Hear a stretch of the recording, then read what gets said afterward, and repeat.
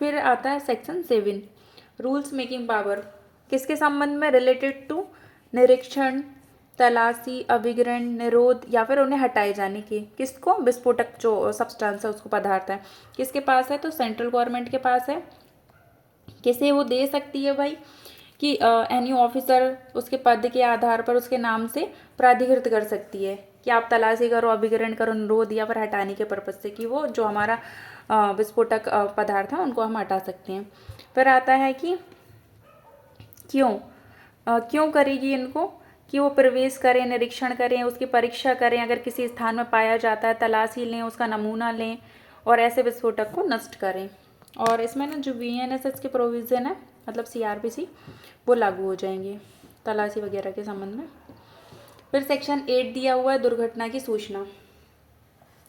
तो कहाँ पर, जैसे कि किसी स्थान में कोई पदार्थ, ये अपना विस्फोटक पदार्थ का भी निर्माण हो रहा है, उस पर कब्जा है, उसका प्रयोग किया जाता है, या जो कोई वायुयान, गाड़ी या जलयान किसी विस्फोटक को ले जा रहा है या फिर ला रहा है, जिस पर से कोई विस्फोटक लादा गया है ऐसे यान, जलयान, गाड़ी पे, और अगर वो दुर्घटना हो जाती है अग्नि द्वारा या फिर विस्फोटक द्वारा, ये सब काम कर रहे थे, मतलब ले जा रहे थे, ला रहे थे, उसका प्रयोग कर रहे थे, उस टाइम दुर्घटना हो जाती है और जिससे ना गंभीर क्षति होती है। किसको होती है? ह्यूमन लाइफ को, पर्सन को और प्रॉपर्टी को, या फिर अदर कोई हानि या क्षति होती है इसकी। तो सूचना कौन देगा? उस स्थान का, जिस स्थान में ऐसा हुआ है दुर्घटना, उसका अधिभोगी, उस वायुयान या जलयान का मास्टर जिस पे ये हुआ है, और उस गाड़ी का भार साधक व्यक्ति जिस गाड़ी से ऐसी दुर्घटना हुई है। किसको दिया जाएगी सूचना? तो मुख्य विस्फोटक नियंत्रक को या फिर निकटतम पुलिस थाने, ये यहाँ पर प्लस है, दोनों को देना पड़ेगी, निकटतम पुलिस थाने के भार साधक अधिकारी को। एक बार आप चेक करना, मुझे ऐसा लग रहा है शायद बैरेक्ट में कुछ एरर है, प्रिंटिंग मिस्टेक है। फिर आता है कि प्रिस्क्राइब्ड जो टाइम और मैनर दिया है उसमें आपको सूचना देना पड़ेगी। सेक्शन 9 में दिया हुआ है दुर्घटना के कारणों की जांच। तो जैसे वायुयान, गाड़ी या जलयान पर या उसके पास या संबंध में ऐसी दुर्घटना होती है, तो अगर वो संघ के जो सशस्त्र बल हैं उनके नियंत्रणाधीन थी ये, जैसे कि ये वायुयान, गाड़ी वगैरह, ये जलयान, तो फिर जांच कौन करेगा? जो आर्म्स ऑफिसर हैं, सैनिक, नौसैनिक, वायुसेना वाले, तो वो करेंगे। और आता है कि अगर और अदर परिस्थितियाँ जिसमें है ना ह्यूमन लाइफ को हानि हो रही है, तो उसमें मजिस्ट्रेट करेगा। और अन्य मामले हैं तो उसमें ना मजिस्ट्रेट जिसको भी डायरेक्ट करे, उसके सबऑर्डिनेट को, तो वो करेगा। सबसेक्शन 2 में दिया हुआ है कि पावर क्या होंगी, तो जो VNSS में पावर होती है वही पावर होंगी, और सेक्शन 7 में दी हैं वो भी पावर होंगी, इसी एक्ट के सेक्शन 7 में। फिर आता है सबसेक्शन 3 में दिया, सेंट्रल गवर्नमेंट को रिपोर्ट की जाएगी इसकी, जो अभी यहाँ पर जांच करने का दिया हुआ है, तो इसकी एक रिपोर्ट सेंट्रल गवर्नमेंट को दी जाएगी। सबसेक्शन 4 में दिया हुआ है सेंट्रल गवर्नमेंट है ना रूल्स बना सकती है किसके संबंध में, जो जांच की जा रही है उसकी प्रक्रिया क्या होगी।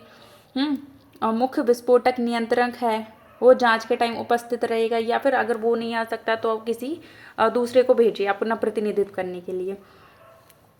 मुख्य विस्फोटक नियंत्रक है, उसको अनुज्ञा देगा, कि उसको परमिशन देगी कि भाई तुम जो साक्षी हैं उनकी परीक्षा करो।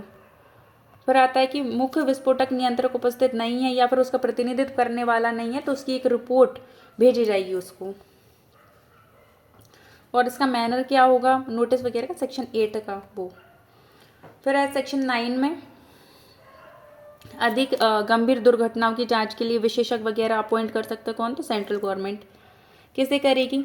जैसे कि मुख्य विस्फोटक नियंत्रक है या फिर अन्य सक्षम व्यक्ति है जिसे है ना विधिक या विशेष जानकारी है, ठीक है, इनको असेसर नियुक्त कर सकती है, एक या अधिक असेसर के रूप में कार्य करने के लिए, ठीक है। तो हम देख सकते हैं विशेषज्ञ इन लोगों को कर सकती है, और असेसर वगैरह ये दिया हुआ है, विधिक और विशेष जानकारी है तो उन्हें ना असेसर के रूप में कार्य करने के लिए।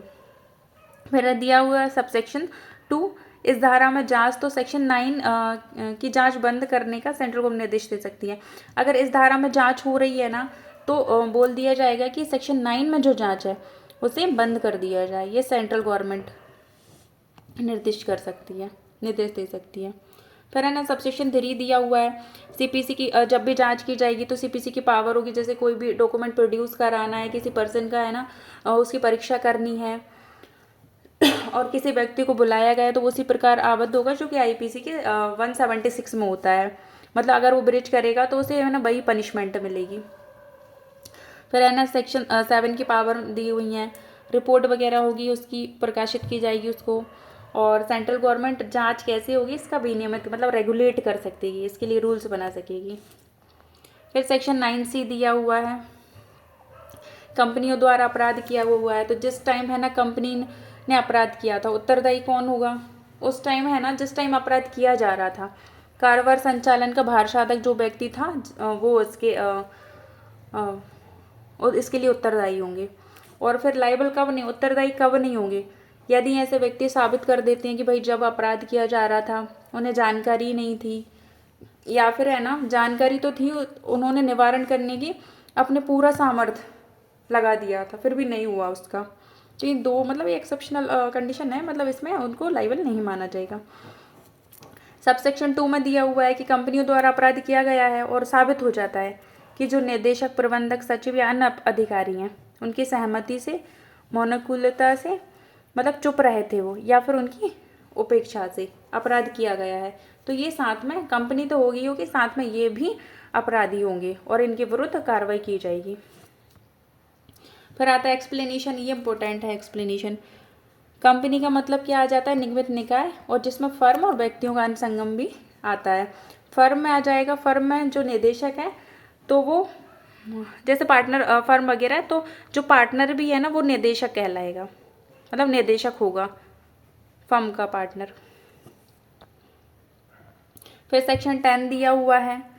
सेक्शन 10 में बोला हुआ है जैसे कोई भी व्यक्ति है ना, वो इस एक्ट के अंदर कन्विक्ट हो गया है तो जो कन्विक्ट करने वाला कोर्ट है वो सक्षम होगा कि विस्फोटकों का संपरण करवा सके। किस किस को?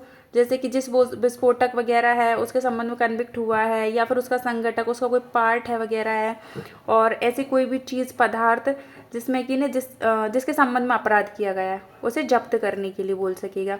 या फिर ये सारी चीज़ें, विस्फोटक वगैरह, उनके संगठक हैं, ऐसा पदार्थ है जिन पतों में रखे गए थे उन पतों के सहित संपर्क किए जाएं, जब्त कर लिए जाएं। फिर आता है सेक्शन 11 दिया हुआ है कि जैसे कि इसमें वो करस्तंभ के बारे में दिया हुआ है कि जैसे वायुयान या जलयान है उनका स्वामी या फिर मास्टर है, उस पर ना फाइन लगा सकते हैं कि उनकी उपेक्षा की वजह से ऐसे खतरा वगैरह आता है ना तो उन पर फाइन इम्पोज कर सकता है। और साथ में ये भी बोल सकता है कोर्ट कि जैसे ये वायुयान है, फर्नीचर वगैरह हैं जिनके संबंध में ये दुर्घटना हुई है, मतलब कि ये खतरा वगैरह हुआ है उनको, और उनकी भी जैसे टेकल, पोत, सज्जा, फर्नीचर, इन सबको भी जब्त कर लिया जाए और विक्रय कर लिया। करस्त मतलब जब्त कर लिया जाए और विक्रय कर लिया जाए।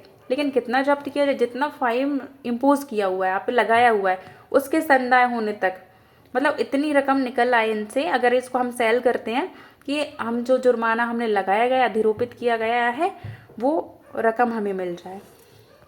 फिर सेक्शन 12 दिया हुआ है, दुष्प्रेरण और अप्रयत्न के बराबर क्या होगा? कार्य करना ही है। अगर आपने ऐसे अपराध जो इसमें दिए गए हैं, दुष्प्रेरण किया है या प्रयत्न किया है, तो माना जाएगा कि आपने अपराध किया है और आपको बराबर पनिशमेंट मिलेगी कि आपने अपराध किया है। फिर आता है सेक्शन 13, खतरनाक अपराध करने वालों को विदाउट वारंट गिरफ्तार कर लिया जाएगा। और खतरनाक अपराध कौन कौन से होते हैं तो वो ऑलरेडी आप सेक्शन 13 में मेंशन है, बस एक बार रीड कर लेना। फिर आता है सेक्शन 17A। 17A में दिया हुआ है पावर डेलीगेट, तो सेंट्रल गवर्नमेंट किसको पावर अपनी प्रत्योजित कर सकती है, किसको दे सकती है?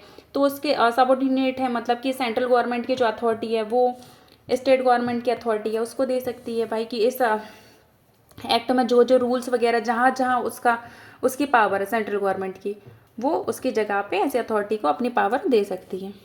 फिर आता है सेक्शन 18। सेक्शन 18 में ना प्रोसीजर दी हुई है, क्या क्या रूल्स बनाने, प्रकाशित करने और पुष्ट करने के लिए। तो जनरल सभी में होता है, जैसे भी आप कोई रूल्स वगैरह बनाते हो, कोई एक्ट आता है तो सबसे पहले क्या बनता है? उसका ड्राफ्ट बनता है, फिर वो पब्लिश होता है ऑफिशियल गजट में, साथ में नोटिस भी होता है कि भाई जिसको भी इस पर ऑब्जेक्शन रेज करना है या फिर कोई सजेशन देना है तो दे। फिर उसके बाद जो ऑब्जेक्शन और सजेशन दिए जाएंगे उनको कंसिडर किया जाएगा, कंसिडर करने के बाद जो फिर से रूल्स उसमें कुछ अमेंड वगैरह करना है तो करके फिर से रूल्स ऑफिशियल गजेट में पब्लिश किए जाएंगे, फिर ये फाइनल हो जाते हैं। ठीक है, और उसके बाद बाकी हमने पढ़ ही लिया था सेक्शन 14, 15, 16 हम ऑलरेडी से 17 भी था, हाँ सेक्शन 1 में पढ़ लिया था पहले, क्योंकि वो ऑलरेडी उससे रिलेट कर रहे थे इसलिए। बाकी तो ये अब हमारा पूरा हो गया है। ठीक है, और इसके संबंध में आपको जो भी डाउट हो आप कमेंट बॉक्स में कर सकते हैं, उनको लिख सकते हैं। और उसके बाद हाँ, आप अपने डाउट बताइए, और प्लीज़ चैनल को लाइक करें, सब्सक्राइब करें और शेयर करें।